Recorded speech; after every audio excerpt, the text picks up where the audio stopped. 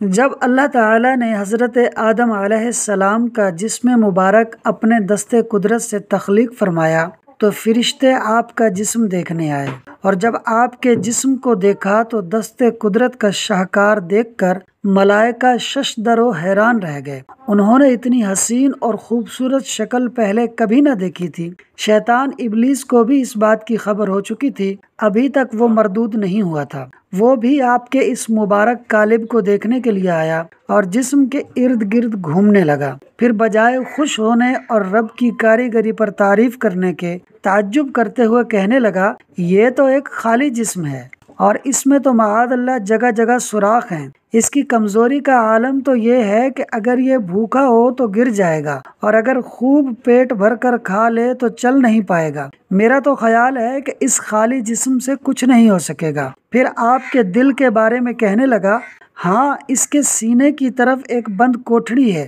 یہ پتہ نہیں چل رہا کہ اس میں کیا ہے۔ شاید یہی وہ لطیفہ ربانی ہے، یہی وہ چیز ہے جس کی وجہ سے یہ انسان خلافت کا حقدار ہوا ہے۔ پھر ابلیس فرشتوں سے مخاطب ہو کر کہنے لگا کہ اگر تمہارے اوپر اس کو فضیلت دے دی جائے اور تمہیں اس کی اطاعت و فرما برداری کا حکم دیا جائے تو تم کیا کرو گے؟ تو فرشتوں نے شیطان ابلیس سے کہا کہ ہم تو اپنے رب کا حکم مانیں گے۔ تو ابلیس نے دل میں کہا، اگر میں اس پر مسلط ہوا، اگر مجھے اس پر طاقت و اختیار حاصل ہوا تو میں اسے ہلاک کر دوں گا، اور اگر اسے مجھ پر غالب کر دیا گیا تو میں اس کی نافرمانی کروں گا۔ یعنی قابل غور بات یہ ہے کہ ابلیس مردود کو سجدے کا حکم تو بعد میں ملنا تھا، وہ پہلے ہی اپنے من میں یہ ٹھان چکا تھا کہ میں رب کی نافرمانی کروں گا، اور یہی چیز اس کے مردود ہونے کا سبب بنی کہ اس نے تکبر کیا، خود کو بہتر سمجھا، یہ نہ دیکھا کہ انسان تخلیق کس کی ہے، انسان کو سجدہ کرنے کا حکم کس کا ہے۔